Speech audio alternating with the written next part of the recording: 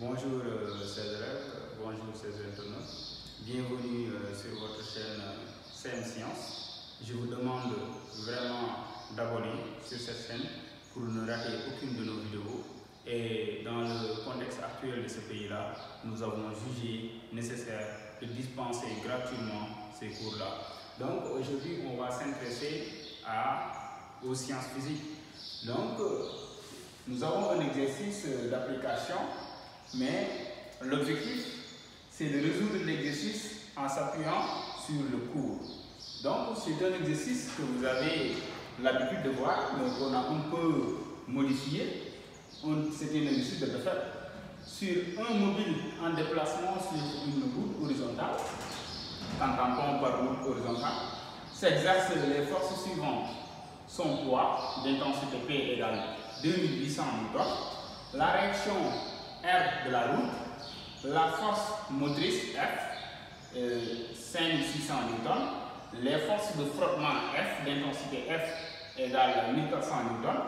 Les questions posées, la première c'est représenter vectoriellement les forces appliquées au mobile assimilé à un point matériel.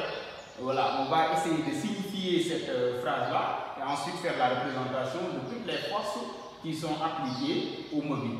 Et la deuxième question, c'est calculer le travail de chaque force et donner la nature du travail. Donc, on va, à partir de cette vidéo, calculer tout simplement le travail tout simplement effectué tout simplement par un corps. Ensuite, donner la nature du travail. Et qu'est-ce que c'est que la nature tout simplement du travail?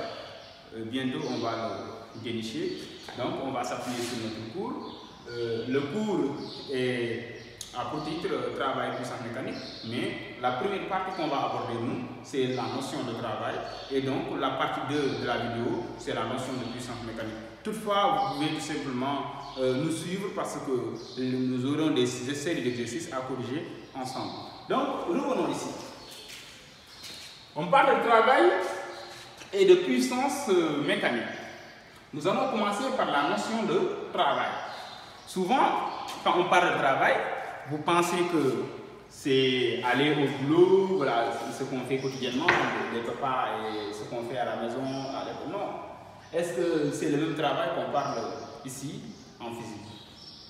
Donc, nous allons voir d'abord procéder par tout simplement une observation. Observation, on peut mettre ici petit 1, observation. Observation.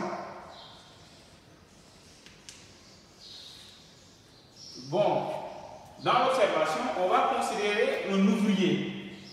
Un ouvrier qui est là. Un ouvrier. Voilà, je dessine mal.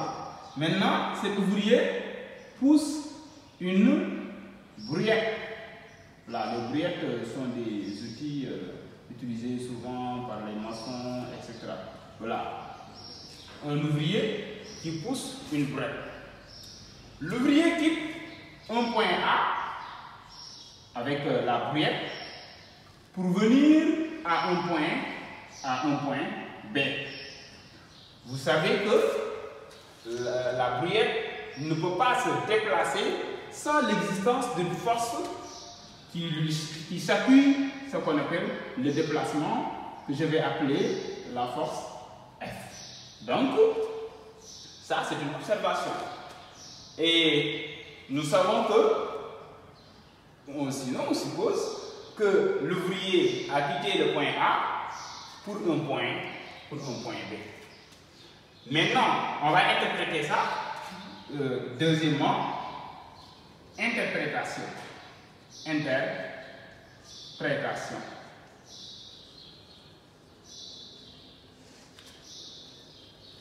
Comment interpréter cela? On ne peut pas parler de la notion de travail sans l'union d'une force et d'un déplacement. Donc, un objet ne peut pas travailler sans un déplacement. L'objet se déplace tout simplement d'un point A vers un point B. Donc, mais sous l'emprise d'une force. Donc, c'est la force qui permet tout simplement à l'objet de faire le déplacement. Et le déplacement, la distance que l'objet tout simplement s'est déplacé, compte sur la notion tout simplement de travail. Donc, la notion de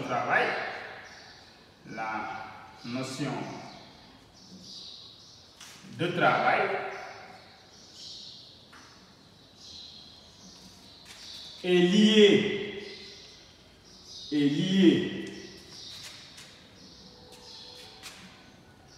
à la fois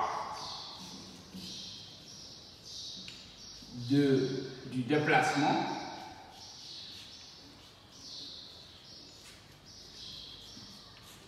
et quoi? D'une force.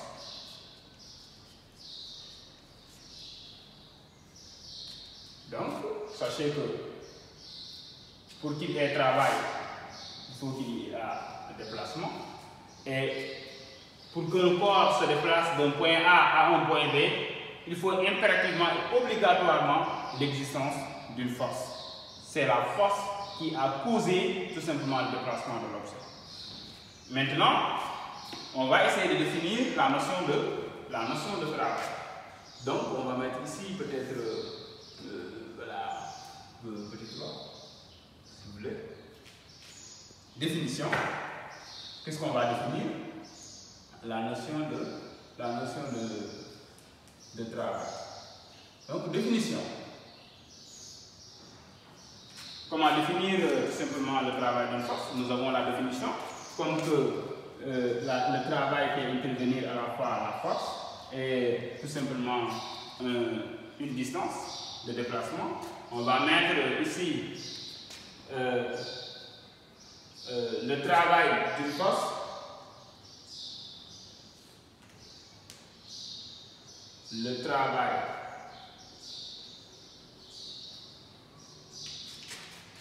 d'une force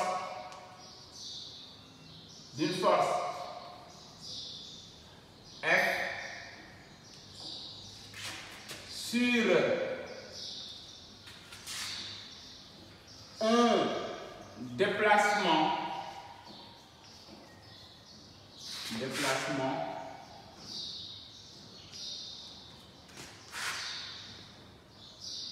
bon, on peut mettre un déplacement, voilà, supposé tout simplement rectiligne, c'est-à-dire que lorsqu'on parle de rectiligne, c'est que la trajectoire décrit une droite. Donc, il faut que le déplacement soit rectiligne, c'est-à-dire décrit horizontalement. Vous allez voir le sens de cette rectiligne-là lorsque nous corrigeons l'exercice d'application. Parce que dans l'exercice d'application, on dit que la route est horizontale. C'est-à-dire que la route n'est ni curviligne, aussi n'est ni circulaire, mais horizontale. C'est très important. Il faut qu'il soit horizontal. Donc, le déplacement rectiligne, c'est-à-dire qu'il décrit une droite rectiligne. Donc, le travail d'une force F sur un déplacement rectiligne qu'on va appeler D. Donc, le D remplace ici la distance entre A et B. On va la nommer D. Donc, c'est la distance entre A et B. Et donnée par la relation est donnée. Le travail est donné. C'est le travail qui est donné par la relation.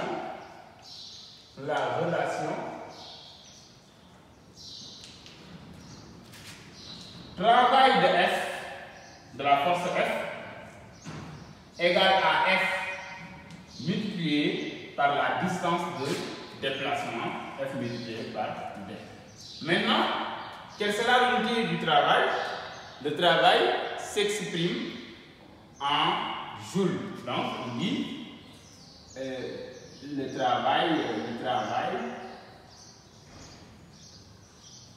s'exprime en joules. Donc, cela veut dire, nous avons calculé le travail d'un corps. Après l'unité, si nous trouvons 5, qu'est-ce qu'on va mettre? 5 quoi? 5 mètres. Donc, on va mettre joules. Donc, si nous trouvons 5, peut-être on met 5 joules. Donc, c'est ça l'unité tout simplement du travail. Et la force, vous savez, son unité, c'est F.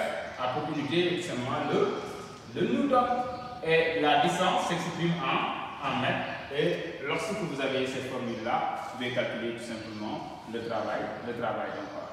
Maintenant, parfois dans un exercice, on peut nous demander la nature d'un travail. Qu'entend-on par nature d'un travail? C'est de dire si le travail est tout simplement résistant, si le travail est moteur ou si le travail est nul. Et dans quel cas peut-on observer tout simplement un travail moteur? Donc on va mettre grand 2 la notion de travail. Donc petite 1 observation, on peut mettre même petit 4 si vous voulez. Nature de travail. Nature d'un travail.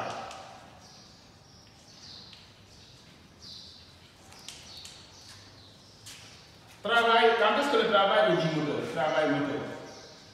À la ligne, on va mettre ici un astérisque travail moteur. Si la force qui a causé le déplacement est de même sens avec le déplacement, on dit que le travail est moteur. Parce que la force se dirige vers simplement le déplacement. Vous savez que bon, je peux me déplacer sur le chemin, il y a une force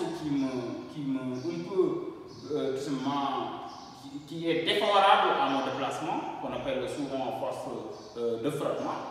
Dans ce cas-là, il n'est pas de la même direction que mon déplacement. Mais il y a des forces qui sont de la même direction, comme la force motrice. Ici, si je pousse par exemple la pouliette, la force qui fait tout simplement déplacer la pouliette et le déplacement sont tout simplement de même sens. Si tel est le cas, on dit que le travail est un travail moteur. Donc, le travail moteur, c'est un travail avec tout simplement, si la force est le déplacement sont de même sens, sont de même sens, on dit que le travail est un travail moteur. Donc ici, le travail est positif. Donc le travail F, c'est F multiplié par D, mais sachez que ça sera un travail positif. Donc quand par exemple on calcule le travail de corps, on dit travail de F égale à 360 joules. Seulement avec ça, on vous demande quelle est la nature de ce travail. On vous dit que le travail est un travail moteur. Pourquoi? Parce que ce nombre-là est positif. C'est bon. Maintenant, continuons. On a fini avec le travail moteur. L'autre travail, c'est le travail résistant. Travail résistant. Quand est-ce qu'on dit qu'un travail est résistant? Même chose, suivez. Souvent, la force de frottement s'oppose. La force de frottement, c'est une force qu'on nomme petit f comme ça. La force de frottement s'oppose au déplacement d'un mobile, s'oppose au déplacement d'un corps. On dit que son travail est résistant. Donc, le travail est résistant lorsque, tout simplement, aussi, tout simplement, la force est de sens contraire avec le déplacement. De sens contraire avec le déplacement. Si la force est de sens contraire avec le déplacement. C'est très clair. Hein? Donc, ici, souvent, c'est la force de frottement qui est une force tout simplement résistante, mais son travail aussi est dit travail résistant. Et dans ce cas, le travail est négatif. Vous calculez le travail, vous pouvez, par exemple, travail de F ici, égale à moins 6760 joules. Dans ce cas-là, comme il y a aussi moins, cela veut dire que le travail est résistant. Et comme le travail est résistant, tout simplement, le travail est négatif parce que c'est une grandeur algébrique. Donc, ça, c'est lorsqu'on parle de travail résistant. À chaque fois, je vous ai donné une force. Ici, lorsque j'ai parlé de travail moteur, je dis que souvent c'est la force motrice qui tout simplement voilà, exercent ce genre de travail. C'est lorsque, parce que la force motrice est toujours tout simplement de même sens avec le déplacement. Mais lorsqu'il s'agit des forces de frottement, ce sont des forces qui s'opposent au déplacement. Donc le travail, tout simplement, est contraire au sens du déplacement. Donc souvent, voilà, on peut en déduire que le travail est négatif. Maintenant, qu'est-ce qui reste? Le travail, tout simplement, du poids. Pas du poids, apparemment, mais travail nul. Hein. Le travail peut être nul, 0 égale à 0. Travail nul. Hein.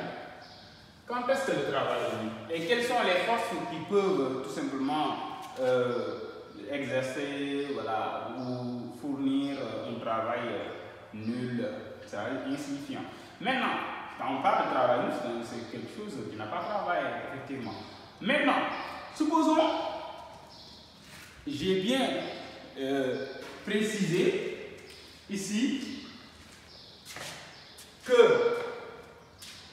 la force, tout simplement, le chemin que suit le mobile, en physique, lorsqu'on parle de mobile, ce n'est pas automobile, c'est tout corps qui peut se déplacer.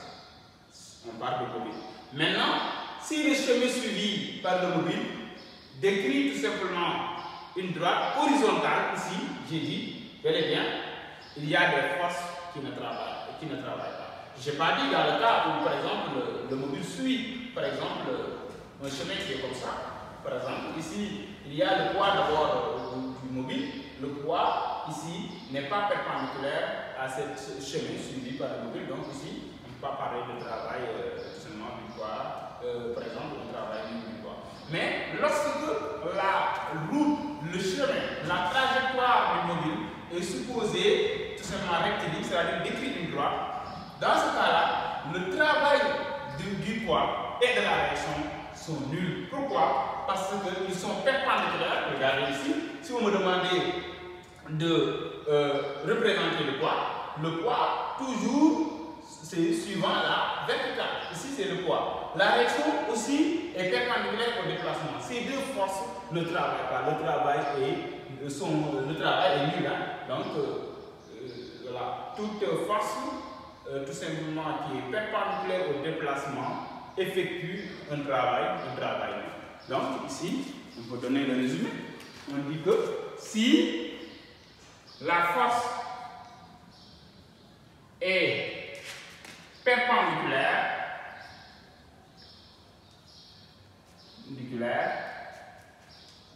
au déplacement,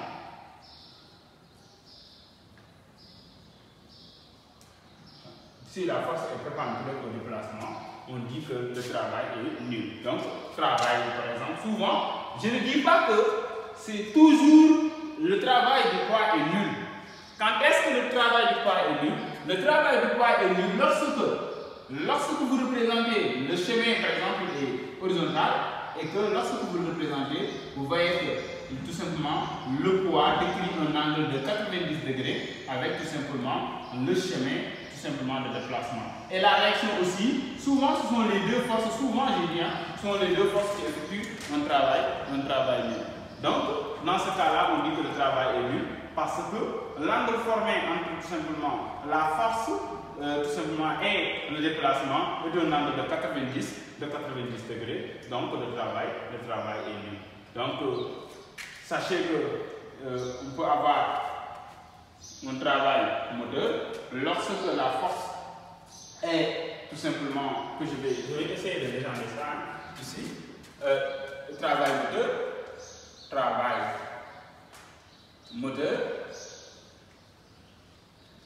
F est là, et les déplacements sont de même sens. Travail résistant, F est là. La force qui a appuyé le travail. Travail résistant. Souvent, c'est la force de frottement ou les forces de frottement, plus précisément. Maintenant, ici, la force est de sens opposé, ici, comme ça, avec le déplacement. de l'objet. Vous déplacez comme ça l'objet, il y a tout simplement une force qui s'oppose au déplacement de l'objet. Donc, il y a aussi ce qu'on appelle travail nul. C'est lorsque tout simplement la force comme le poids, ici c'est dans ce sens bien précis que le poids tout simplement est perpendiculaire au déplacement. Donc on dit que le travail est nul. Le travail est nul. Donc voici tout simplement la première partie de notre cours qui était tout simplement de donner des explications sur la notion de travail et puissance mécanique, mais la première partie consiste juste à vous donner des explications sur la notion de travail. Donc, chers élèves, ce que je vous demande de faire, c'est d'essayer de faire vous-même de l'exercice. Prochainement, avant d'aborder la deuxième partie du cours, je vais corriger avec vous ensemble cet exercice d'application et continuer. Sachez que nous sommes toujours disponibles pour vous dispenser encore des cours. Vous pouvez avoir aussi le lien de notre lien par WhatsApp sur ce numéro 77 343 45 56. Donc, avec ce lien-là, lorsque vous me faites signe, je peux vous donner le lien pour accéder toujours aux cours que nous, tout simplement, donnons à cette période où le corona encore règne au Sénégal, où la propagation est tout simplement rapide. Donc, je vous demande, vous tous encore, de prier encore et demander que Dieu exauce nos prières. À chaque fois, nous entendons sursoir les activités religieuses même. Donc, le pays va mal. Il faut que nous essayons de vous octroyer le peu que nous avions pour que, tout simplement, vous fournir quelque chose, pour participer tout simplement à cette sensibilisation de la population. Parce que les élèves sont maintenus chez eux, mais sachez que la technologie avance et nous permet vraiment de continuer à dénicher de nouvelles connaissances à chaque jour. Merci et après on va aborder peut-être la deuxième partie. Merci. L'exercice est là.